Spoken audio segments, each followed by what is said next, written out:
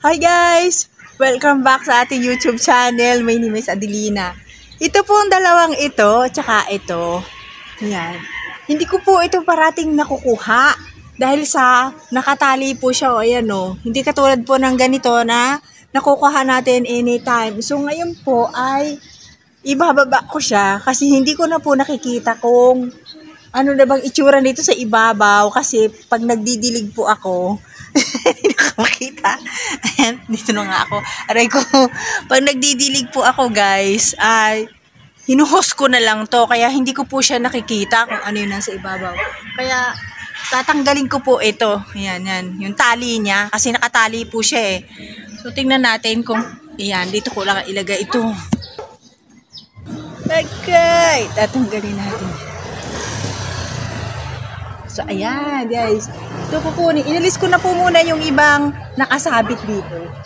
Para makatayo ako. Kasi, sasabit sa ulo ko yung itong mga ito. Ayan, ililipat ko po muna.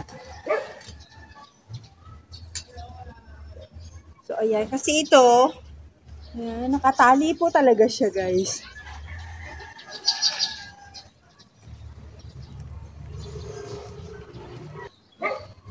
Hirap po. Tinitingnan. O, ayan. Ayan.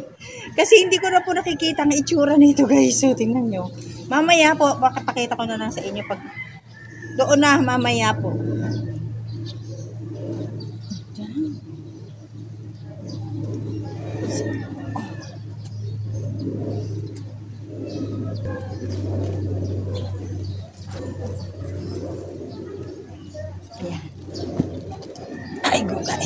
Ayan, ito na po yung natanggal natin guys. Ay nako, ang dami na palang damo. Yan o, ang tagal ko na po itong hindi nakikita. Last year pa. Basta dinidiligan ko lang po yan. At saka o yan, ang daming lupa, punong-puno. Bala ko rin siyang bawasan. Dahil sa, baka bumagsak siya kaagad kapag madaming lupa dahil mabigat. Ito na yung itsura ng ating nakatanim dito o. Lumago na itong mga ito guys o. Ayan, nakakatuwa naman to. Kahit hindi ko nabibisita. Ay, ito po yung kaparehas ng ating malaking malaki, oh. Tapos, ang dami na rin yung damo, oh, na hindi ko po natatanggalan ng damo. Ito namang isa, ganun din po, oh. Basta, didiligan ko lang. Ayan, ang itsura niya, oh. Ito pong ating werder mani. Ang haba na po niya. Dahil, ang tagal na po niyan. O, ayan na, o, pahaba na siya. Naputol po yung isang piraso nung ibinaba ko. Asan na ba siya? Ayun, o. Naputol. Itatanim na lang natin. Ang haba na werder mani. Alam nyo po, yung dati kong werder mani namatay. Nung inilagay ko dito yung isang werder mani, ito, humaba na po siya ng mahaba. Para natanggal yung puno nung pagbunot ko ng damo. O yun, natanggal nga po nung pagbunot ko nung damo, napasama siya. So, itatanim na lang natin. Kasi, babawasan ko po siya ng lupa, kaya bubunutin ko rin po talaga sila.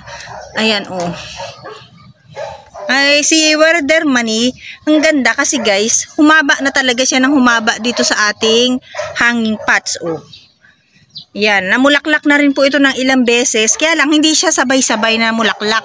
Bali, pa isa-isa, dalawa, ganun. Wala yung madaming bulaklak. Yan. Tapos, itong ating kalankowi na, ito, kulay violet. Ay, ang pangit na niya, pumayat na po. Ay, nabunot. Ayan na nga po, sinasabi ko. Ito, matanda na rin po, guys. O, ayan. Oh, nakahiga na pala yung katawan niya. Oh, kakunti na lang yung nakakapit sa kanya. Ayan. Tanggalin natin yung mga damo na yan. Natatakpan na sila ng damo. May kaagaw na sila. Oh, ito. Oh. Ganyan. Pumayat na siya. Tapos itong yan, nakababa. Ayan, natanggal na po ng tuluyan. So, dun tayo sa table guys. Dadalhin ko yan. Ganda ni werder mani po. Oh. Werder mani. Oh, dumami ka na. Nang dumami. Ito po, masyadong mabigat. Mas mabigat ito dun sa Isa dun sa tinatamnan ni Werderman eh. Ba't kaya mabigat? Parehas lang naman silang puno. Tingnan po ninyo yung mga nakatanim dito. Oh. Matanda na sila guys. Oh. Hahaba na ng kanilang mga katawan. Ayan. Unahin po natin dito guys na bunutin at saka bawasan ng lupa. Ayan ang laman niya. Bago natin siya bunutin. Ito po oh. So, meron din ako dito mga pinatubong dahon. Eto, tumutubo na pala siya. Eto po, oh. Yung mga yan, guys, yung ganito din siya. Ito, yung iba po, tumubo na. Pero ito yung ibang niya, oh. Yan. Kapag may damo, kitang-kita natin na kulang na po sa dilig. Katulad dito, oh. Yan, ganyan na yung itsura ng damo. Parang medyo matutuyo na siya. Ay, kailangan na niya ng diligan. Dahil ang taas nga po niya, tapos hindi ko pa siya nakikita, hindi ko pa siya nakukuha parati dahil sa tali natin. Hindi katulad ng alambre o yung may pangkawit. Anytime, pwede nating makuha siya. Ito. Ayan. Tusukin na lang natin. Ito. Yun, nabunot na natin. At saka marami na pong mga natutuyo yung dahon sa mga gilid ay sa ilalim. Ayan, lilinisan na rin natin guys ito. Ayan, Put ko, yung ganito, may kasamang lupa para hindi siya masyadong matagalan mag-adjust. Lahat, sasamahan natin siya ng lupa. Kaysa doon sa walang-wala talaga, matagal siya bago makarecover. Ito, hindi mababago yan kasi meron siyang lupa. Ayan. Pero nakalabas na rin yung ibang ugat niya. Matanda na eh. Marami na yung mga ugat dito. Pinutol ko na po yung mga humabang ugat dyan. Hindi ko talaga ito nabibisita dahil sa nandun siya sa taas. Hindi katulad ng iba kahit nandun sila lahat sa taas. Parati kong kinukuha. Sinisilip ko. Ito, walang silip-silip. Kasi yun nga, nandun po sila sa itaas. Ito, kailangan pang tumayo sa bangko. Pag nakatayo ka sa bangko, kailangan mo pa rin tingalain tong ating plants na nandito. Yung mga tinanim natin to guys noon, maliliit lang kasi meron tayong mga ibang tanim dyan na maliliit. Karamihan guys dito sa mga nandito sa taas natin. Galing dito sa baba, yung mga pots ko dito, di ba po, nagre-repotting ako. Kasi kaya po ako nagre-repotting kapag nakikita kong pumapangit na, nagre-repot na po ako. Lahat po ng mga plants natin ngayon o succulent, pinagre-repot ko na po lahat. Binawasan ko na rin po ng lupa. Ay, daming langgam. So, tingnan nyo po yung ugat niya, Ang laki na nitong, na to, damo. Alisin ko to para hindi muga. Bawasan ko muna siyang lupa. Papalitan ko na rin po pala ng lupa. Tingnan po ninyo, puro ugat na. Ugat na yung mga nandyan. Kaya kailangan na niyang palitan ng lupa. Nabuo na po yung ugat nito, Ito pong dalawang ito na lang ang aking pots na, hanging pots na punong-puno ng lupa. Kasi ito pong dalawang ito ang nauna. Tapos, nakita ko silang maganda naman yung mga sakis dito. Saka po ako nagdagdag ng mga sakis na nakahanging. Kaya ito'y punong-puno. Kaya yung mga huli, talagang konti na lang yung lupa. So, dalawa lang naman ito. So, dito na natin siya ilalagay sa tabi. Nag-iiba na yung kulay ng paligid natin kasi gumagabi na. Para hindi kayo masyadong tiki-tiki.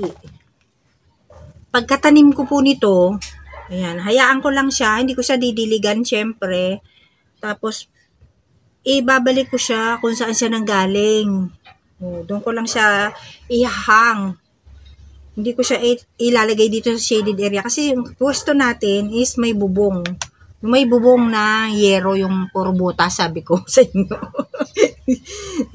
Maghintay ka ng ilang araw o mga 4 days, pwede na diligan. Dagdagan natin siya ng lupa. May kutsara akong maliit. Yung lumabas dito sa gilid, lalagyan natin.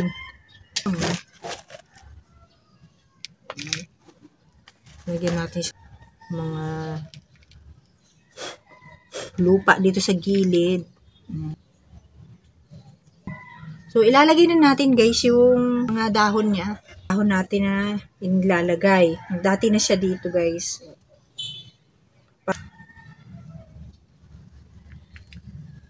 Ako na isasabit mamaya yan pagkatapos ko doon sa ating pinagtanggalan nito.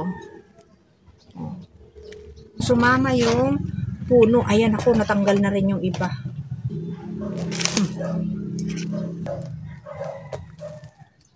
Ayun. Nakaangat na talaga siya, oh. Oh, isa dyan na po palang nakaangat, guys. O, kasi natuyot na yung ilalim niya. Natuyo na yung pinakailalim niya o yung pinakaugat po niya ay natuyot na. Pero ayan, buhay pa naman po siya. Para na tong mga spider. Yung ating mga galamay na. Kunti na lang pala yung ito guys, so makikita nyo, isang puno lang, tapos ganito na siya kadami guys, tingnan nyo po. Isa lang na werder mani yung itinanim natin. Yan. Ay, rekoday. Ito, oh, yan. Ito po yung puno niya, isang piraso. Yan, nabunot na natin, oh. Tapos, ayan na siya lahat. Oh. Ganyan na po siya kadami. Yan, ang kapal na po niya, oh. Gumanda talaga siya, guys, doon sa, pagkakahang ko. Nagkaputol-putol na yung ating werder mani. Oh. Tapos ito naman, oh, natumba na pala. Oh, bunot na pala siya. Tingnan nyo yung puno. Oh, tingnan nyo yung puno, oh, tuyo na pala siya, oh, nabunot na. Oh. Kasi hindi ko po siya talaga natitingnan ng malapitan. Nasisilip ko lang doon sa ibaba. Nang hindi ko nakikita talaga kung ano na nangyari sa kanila dito sa ibabaw. Arang patay na. Pero ang tibay pala nito. Wala na po siyang patay na yung dito sa dulo, oh. Pero buhay pa rin pala siya dito, oh. So matibay. Ayan. Na pala yung dulo niya, yung pinakapuno na matay na. Pero buhay pa din pala siya, oh. So matibay pala ito si Kalanchoe. Oh. Bawasan natin siya uli ng lupa. So, ito na po, nabawasan na natin siya ng lupa. Ayan. Hindi ko na to hinugasan kasi binawasan lang natin siya ng lupa. Okay naman yung kanyang soil dito. Hindi katulad dun sa isa, pangit. Kaya pinalitan natin maraming langgam. So, ito na. Iikli na po ito pag itinanim natin kasi mas lulubog siya. Hindi na siya ganun kahaba. So, kunti lang naman yung mailulubog natin sa kanya, eh. Yung gagawin ko dito, yung puno, nandito sa kabilang side, tapos sa kaganyan siya. Kasi kung gusto pa nating mahaba, dito na siya kaagad sa dito. Kaya lang baka siya mabuwal. Kaya dito na lang siya. Para yung iba niyang ugat, ay yung iba niyang katawan, magkaroon siya ng ugat, makakapit dito para tumibay. Kasi dito natin siya ilalagay sa dulo, oh. So, pag nandito siya sa dulo, magkakaroon siya ng mga ugat dito, kakapit dyan. Kaysa nandito kaagad sa gilid natin itatanim, wala na siyang pagkakapitan, nakalaylay na lang talaga siya. So, tapos, ibababa ko to dito sa loob. Yan, huwag na muna natin siyang pababain. Pag humaba na siya, so kano lang siya bababa uli. Huwag na kaya natin isama si ito si Kalanchoe. Dito na lang lahat werder mani. Oh, kasi ito pa lang, madami na siyang sanga. Oh, tingnan po ninyo. Nandiyan na po lahat yung mga galamay niya sa loob. Hindi na natin siya inilaylay para kung humaba naman siya uli, edi magkakaroon uli siya ng laylay sa labas. Pero mayroon pa namang natirang nakalaylay, oh. Oh, yun nga lang po, hindi na katulad ng dati na mahabang mahaba kasi andito na siya. Guys, pasensya na kasi pag nagtatanim talaga ako, hindi ko na po nilalagay sa shaded area. So, kami po mga plantita guys, iba-iba magtanim. Kasi yung iba po, nilalagay nila sa shaded area kapag nagtanim sila. Pero ako po, pag bagong tanim yung mga sakis ko, doon na po sila talaga sa kung saan sila nakalagay o nakasabit. Binabalik ko sila doon. Para hindi na sila mahirapang mag-adjust. Nandun na talaga sila sa initan. Sa awa ng Diyos, buhay naman po sila. Maliwanag pa doon, no?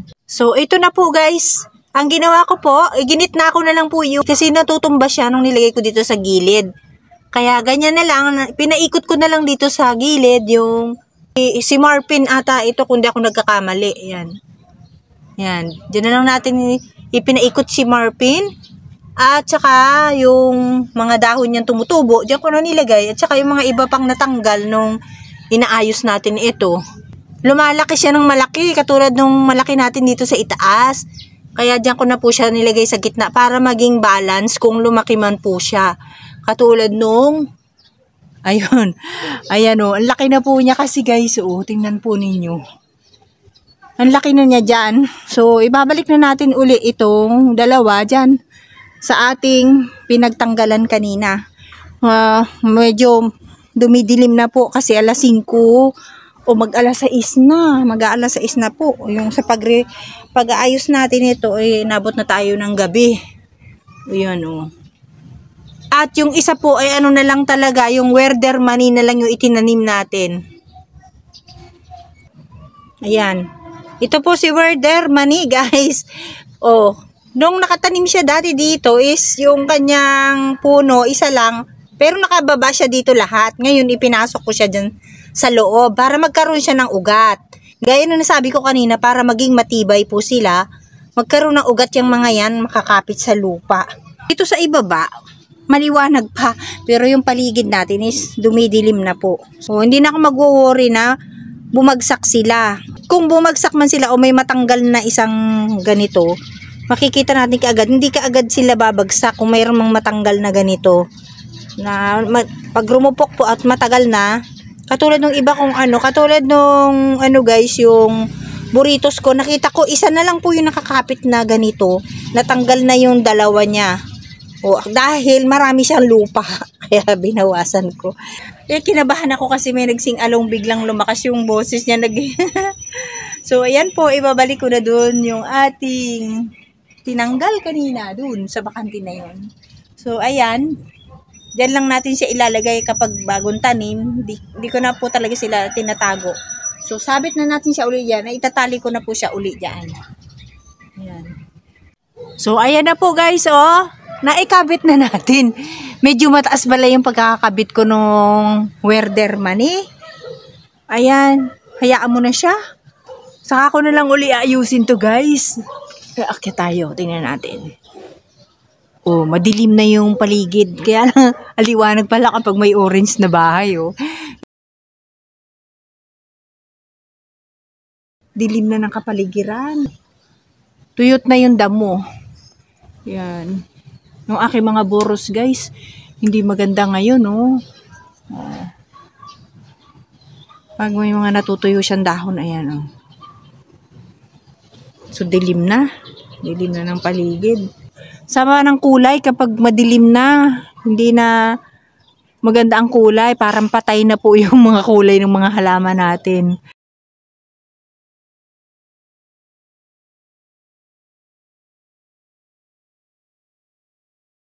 Gawa ko na yung gustong-gusto kong baguhin. Ay, ang dilim na. Ang dilim na po.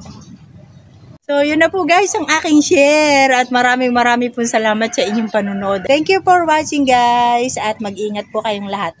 Bye-bye!